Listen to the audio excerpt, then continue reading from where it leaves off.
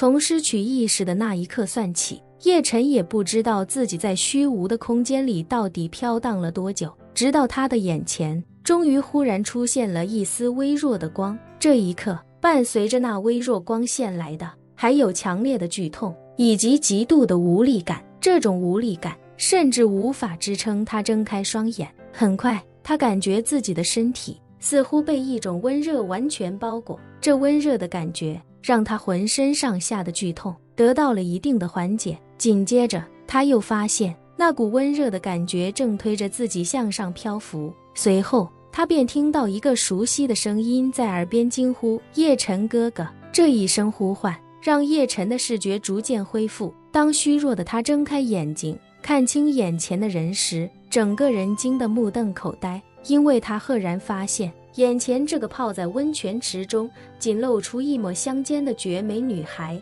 竟然是那个来路神秘的林婉儿。叶晨当时大骇，感觉自己仿佛是在做一场匪夷所思、毫无逻辑的梦，已然分不清自己究竟是死了还是活着。林婉儿看着叶晨露出惊骇无比的模样，嫣然一笑，声音婉转轻柔地说道：“叶晨哥哥，婉儿都没怕，你怕什么？”叶晨看着他纯净中又带着几分促狭的笑容，心中一怔，只觉得浑身的剧痛都在瞬间烟消云散。除此之外，他的内心深处还莫名有了一种岁月静好的错觉。他不由呢喃：“妈的，我大抵是已经死了，可是死就死吧，为什么会见到林婉儿？她应该不会也死了吧？没道理呀，我明明交代过她，让她老老实实待在学校，难道这些只是死后的幻觉？”说完这些，叶晨眼皮一酸，又控制不住地重新闭上了眼。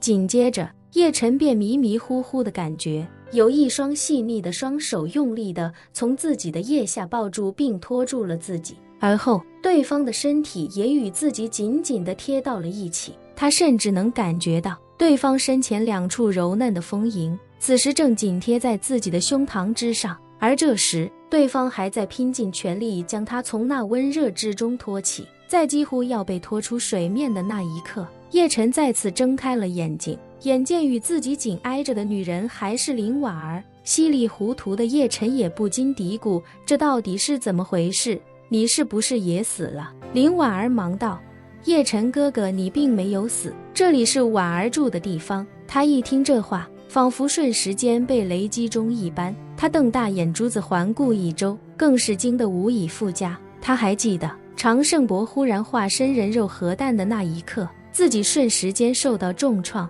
失去意识，本以为自己肯定会死，可没想到睁开眼睛时，自己竟然出现在了林婉儿别院里的温泉池中，甚至还赤身被林婉儿从温泉池里抱了出来。林婉儿见叶晨忽然睁开眼睛，俏脸登时红到了耳后根，她慌忙道：叶晨哥哥，不要紧张，你在这里绝对安全，一切疑问带进了房间，婉儿自会向你说明。叶晨感觉自己的大脑已经完全不够用了，根本捋不清其中的逻辑。而这时候他忽然想起，林婉儿来金陵用的身份是林小婉，而他在见到自己之后却一直用婉儿自称。小婉与婉儿虽然只差了一个字，但对叶晨来说意义却非同寻常。他几乎瞬间感觉到后背一阵发凉，虚弱却又震惊地问道：不对，你记得我？林婉儿点点头，一边用力抱着虚弱的叶晨向闺房艰难移动，一边柔声道：叶晨哥哥在北欧救了婉儿性命，婉儿不敢忘记。叶晨心中泛起惊涛骇浪，他喃喃问道：为什么？你为什么还记得？莫非你也是修士？林婉儿羞涩地笑了笑，回叶晨哥哥：婉儿不是修士，婉儿只是体质特殊，不会被你抹去记忆。说罢，他感觉着自己与叶晨的身体接触，羞臊不已地说道：叶晨哥哥，先不要问婉儿问题了，等婉儿把你安顿好之后，自会将一切和盘托出，不敢有分毫隐瞒。叶晨轻轻点了点头，他知道林婉儿抱着自己十分吃力，也想着尽量让自己的身体使上些许气力来帮林婉儿分担。可是他浑身上下除了能睁眼能说话，剩下的几乎如瘫痪一般，什么都做不了。但让叶晨觉得万幸的是，自己的身体虽然无法移动分毫，但自己还有痛感。有痛感就意味着自己并不是高位截瘫。瘦弱的林婉儿用了足足半个小时，才将叶晨一点点抱回房间，并艰难地将叶晨带到2楼卧房，又将他小心地安顿在自己的归床之上。这整个过程，两人都不着片缕，身体也始终紧紧抱在一起。林婉儿在最开始的时候还羞臊难耐，可很快她便不再将这一切当回事，只是全心全意地抱着叶晨，一点点挪动着他满是伤痕的身体。叶晨躺下的那一刻，不小心看到了林婉儿嫣红的脸颊，额头细密的汗水，以及她那完美且没有任何遮挡的身体。深知非礼勿视的她连忙闭上了眼睛。林婉儿见此，心中更是羞臊难当，但也只能装作不知，将自己的宝贝盖在叶晨身上，又为他在身后垫了2个靠枕，让他能够倚靠在床头。这整个过程，叶晨都没再睁开眼睛，让林婉儿心里不禁有些暖暖的。安顿好叶晨之后，他才从床头的衣架上裹了一件棉麻的长袍，将自己那曼妙的身体裹了起来。随后他快步回到床边，他坐在床头的地上，看着叶晨问道：叶晨哥哥，你现在感觉怎么样？叶晨听到他刚才穿衣时窸窸窣窣的声音，又听他在耳边询问，这才缓缓睁开眼睛。他虽然知道林婉儿绝不简单，可他也知道林婉儿应该不是自己的敌人，于是他张开有些干裂的嘴唇，开口问道：林小姐，我为什么会在这里？林婉儿笑道：回答你问题之前，我先帮你号个脉。说着，她将叶晨的右手从被窝里轻轻拽出，将手指搭在叶晨的脉门，号脉之后开口道：叶晨哥哥的内伤虽然很重，但好在不会危及生命。叶晨惊讶地问：你懂医术？林婉儿点点头，什么都懂一些，但也只是懂些皮毛。叶晨不禁感叹：我出发前特地带了许多丹药傍身，结果现在什么都没了。说着，他想起什么，连忙问林婉儿：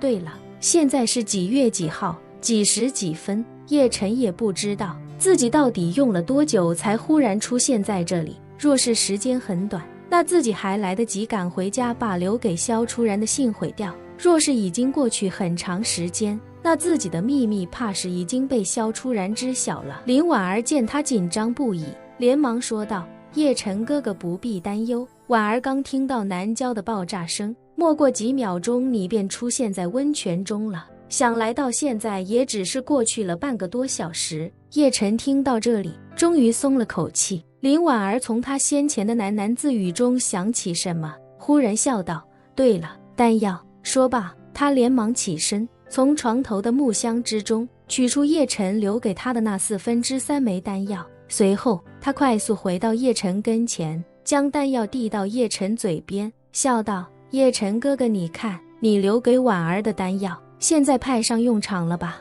叶晨尴尬道：我送给你的东西你都没用，我怎么好意思吃？林婉儿笑道：叶晨哥哥不必跟婉儿客气，毕竟婉儿这条命都是你救的，更何况这丹药也是你给的。说着，他不等叶晨回应，直接将丹药塞进了叶晨口中。丹药入口即化，精纯的药效也瞬间让叶晨感觉浑身上下舒服了一些，原本完全不能动弹的身体也稍稍恢复了一些行动能力。可是他受的伤毕竟太重，这么点丹药还很难将他完全治愈，浑身骨骼、经脉以及丹田受伤还是非常严重。眼下的他已经完全失去战斗力，怕是连个3岁孩子也打不过，更何况他体内的灵气此刻已经完全消失殆尽，这种丹药也根本补不起来，只有回乡谢丽温泉别墅取来重塑丹与培元丹，才有可能彻底恢复。不过他此刻还顾不得丹药的事情，因为他还有许多疑问，指望着林婉儿能够为自己的解答。于是他便再次追问：林小姐，我到底是怎么出现在这里的？林婉儿微微一笑，指着他中指上佩戴的那枚戒指，温柔地说道：叶晨哥哥之所以会出现在这里，是因为你把婉儿给你的戒指戴在身上了。叶晨看了一眼戒指，皱紧眉头问道，可是它跟这些有什么关系？林婉儿笑道，当然有关系了，因为就是他送你来见婉儿的。听到林婉儿的说法，叶晨惊骇万分，他下意识地喃喃道，区区一枚戒指能把我一个大活人送到这里，这怎么可能呢？林婉儿轻笑一声，认真道，叶晨哥哥，这枚戒指可不只是把你送到这里这么简单。虽然婉儿不知道你刚才都经历了什么，但婉儿可以肯定的是，她救了你的命。